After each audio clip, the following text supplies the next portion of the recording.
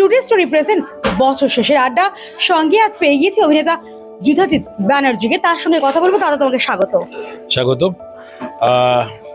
চ্যানেলের যারা যারা এখনো সাবস্ক্রাইব করা হয়নি তাদেরকে বলছি, আগে দরকারি কথাটা বলছি, সাবস্ক্রাইব করে নাও, লাইক করে নাও। আর যারা যারা অলরেডি সাবস্ক্রাইবার তাদেরকে সবাইকে বলছি ভালো থাকবে। বলো, এই যে গোটা বছরটাই একদম শেষ প্রান্তে এসে আমরা দাঁড়িয়ে আছি, গোটা বছরে কি কি হলো আর কি কি হলো না? দেখো, ছোট করে বলি, কারণ মানে ইন্টারন্যাশনাল ন্যাশনাল অনেক রকম জিনিস তো ঘটে যাচ্ছে। তো আমি একটা কথাই বলবো যে সবকিছু নেগেটিভ চার পাঁচটা যে ভাইবস গুলো আছে সেইগুলোকে মাথায় না রেখে আমরা যদি একটা একদম পজিটিভ ভাইবস, একটা চিন্তাধারা নিয়ে যদি আমরা এগিয়ে চলি, তাহলে আমাদের নিজেদের পক্ষেও ভালো আর চার পাঁচটা আরো ভালো হবে। আমি যদি আমাদের প্রফেশনের দিক থেকে বলি, কি সুন্দর সুন্দর বাংলা ওয়েব সিরিজ হচ্ছে, কি সুন্দর সুন্দর বাংলা সিরিয়াল হচ্ছে, যথেষ্ট ভালো ভালো, অন্তত মানে আমরা তো মনে করি, দর্শকরাও মনে করেন, তারা প্রমাণ করে দিয়েছেন বাংলা ছবি আবার আস্তে আস্তে ফিরে আসছে সব মহিমায়।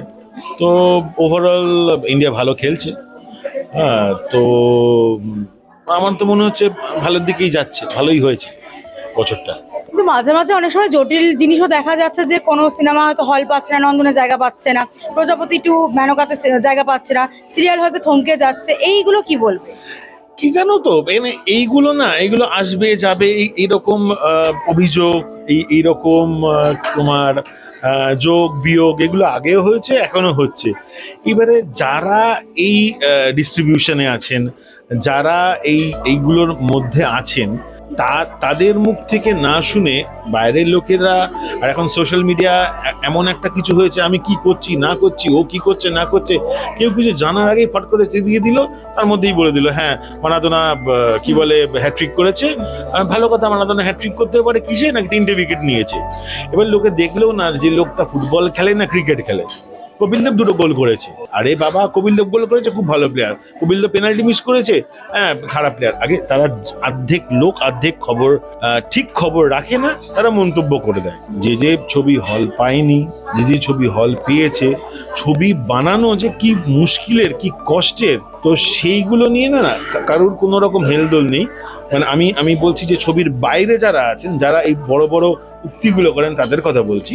একটা যে কোনো জিনিস তুমি একটা খাবার খেয়ে বলতে বাজে, নুন নেই, কিন্তু যে রান্না করেছে হয়তো 10 দিনের মধ্যে একদিন প্রথমবার নুনটা একটু কম দিয়েছে। তো হল পাচ্ছে না, হল পাচ্ছে, রিলিজ হচ্ছে, ছবি হিট হচ্ছে, ছবি ফ্লপ হচ্ছে। সচিন তেন্ডুলকর, সুনীল গাভাস্করও প্রত্যেকটা ইনিংসে সেঞ্চুরি করেনি।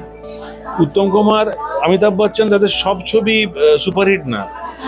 আমাদের যারা পেইন্টার আছে, কি বলে, তাদের সব পেইন্টিং কি বলবো মানে মাস্টারপিস নয়।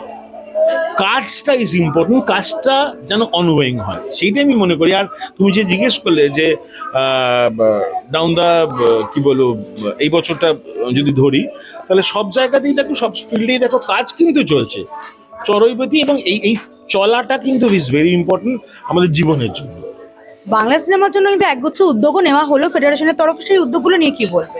অসাধারণ অসাধারণ। যেমন লাস্ট যেটা হলো, সেটা হচ্ছে আমাদের সিনিয়র, আমাদের জুনিয়র, আমাদের সব রকম টেকনিশিয়ান ভাই বোনদের, দাদা দিদিদের, সব বন্ধুদের জন্য যে অ্যাওয়ার্ড, একটা সেরিমনি একটা হলো প্রথমবার, এবং অবশ্যই এটা চলবে।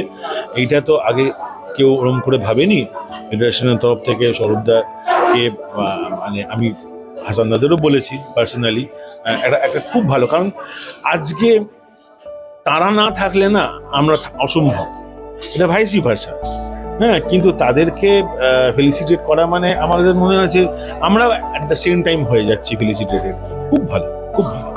এটা এবার কাজের বিষয়ে আসবো, যে কি কি চলছে, কারণ অনেক সময় নেগেটিভ ক্যারেক্টারও তোমাকে করতে দেখা যায়, মানে বিভৎস ভাবে।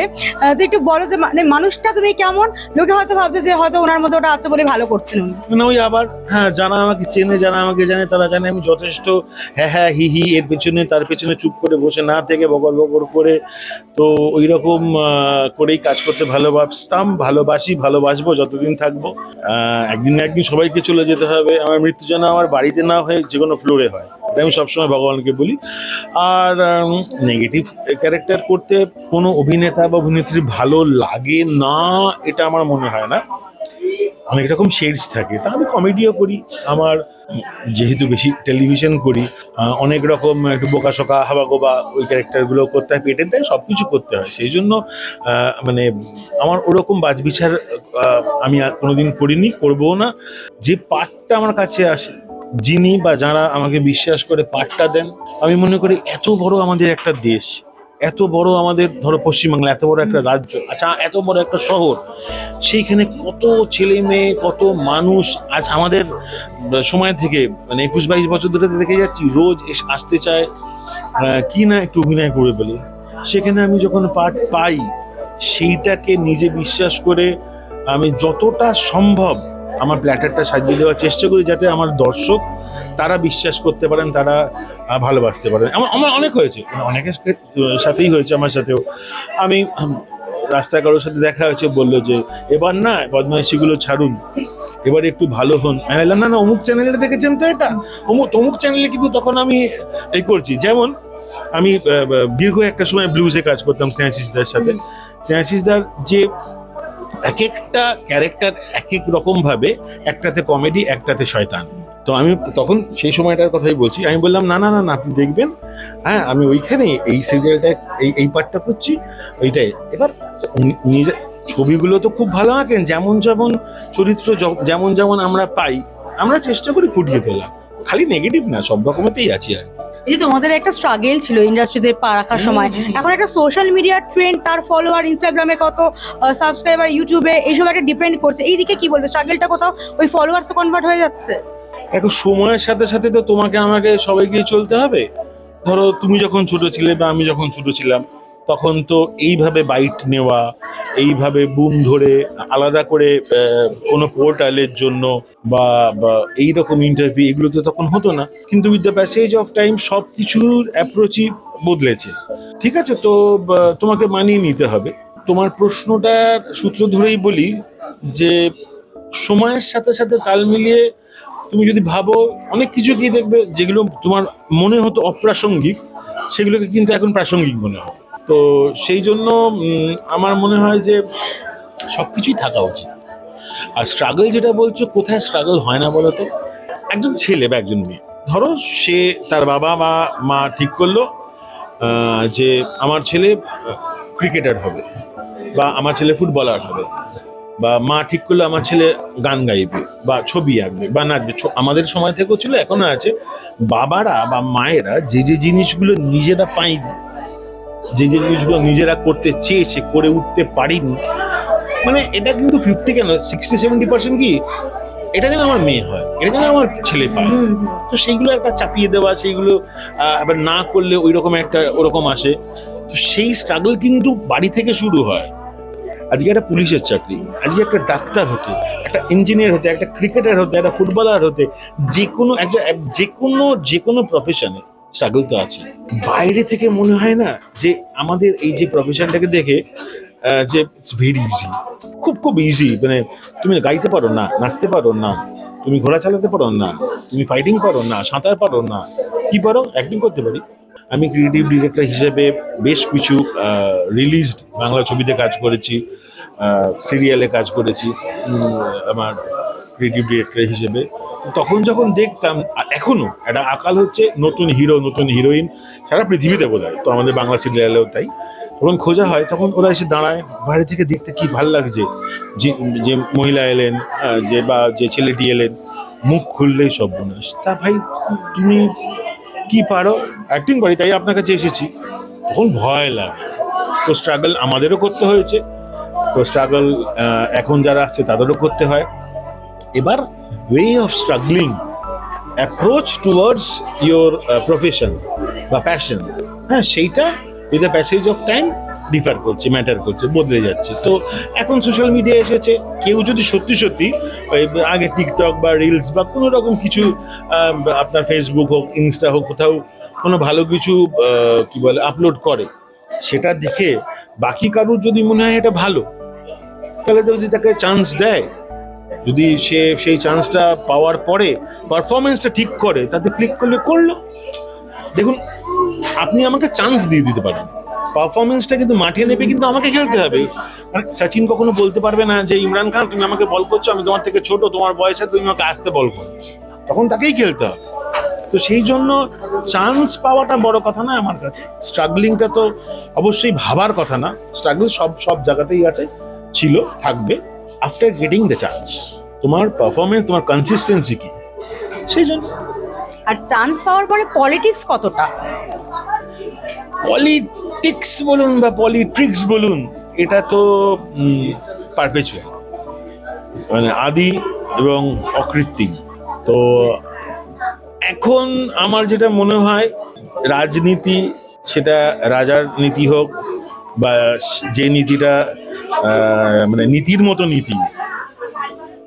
নীতির যেটা রাজা বলি হয়, যেটাকে যেভাবেই ভাগ করা হয়, সেটাতে গা না ভাসিয়ে তুমি নিজে কি করতে চাইছো বা কোনটা করতে চাইছো তাতে ফোকাস থাকলে দেখবে তখন মনে হবে না, বা ওই আফসোস হবে না, বা ওই ডিপ্রেশন, ওই ফ্রাস্ট্রেশন আসবে না, ওর জন্য আমার এটা হলো না, ও দেয়নি বলে আমি পারিনি। হ্যাঁ, অন্যকে হিংসা করে বা ওই তুলনাটা করে সময় নষ্ট না করে তুমি তোমার মতো এগো, তুমি তোমার মতো থাকো, দেখবে ঠিক হয়ে যাবে। এই যে ভোট এলেই দেখা যায় যে একটা তারকা খচিত ক্যাম্পেনার, তারকা খচিত একটা ক্যান্ডিডেট, সেখানে কি যুধাজিৎ ব্যানার্জির নামটা দেখতে পাবো কখনো? না না, আমার আসলে, আমি সেরকম তো তারকা নই। হ্যাঁ, আমি একজন অভিনেতা। তো অভিনেতা থেকে তো নেতা হয়ে যাচ্ছে অনেকে। হোক না, ওইসব বললাম, যারা নেতা হওয়ার তারা নেতা হবে, যারা অভিনেতা হওয়ার অভিনেতা হবে। আসবে না ও, মানে আমি যে ভাবে আমার এই 20-21 বছর কাটিয়ে এসেছি, তাতে এসে দেখেছি যে বাংলা সিরিয়াল, বাংলা ছবিতে যে চরিত্রগুলো আমি করি, রাস্তায় বেরোলে বব হওয়ার ভয় আমার নেই। সেই জন্য আমি আমার বউ বাচ্চার সাথে আমি মানে বেরিয়ে ফুচকাও খেতে পারি, ঘুরতেও পারি।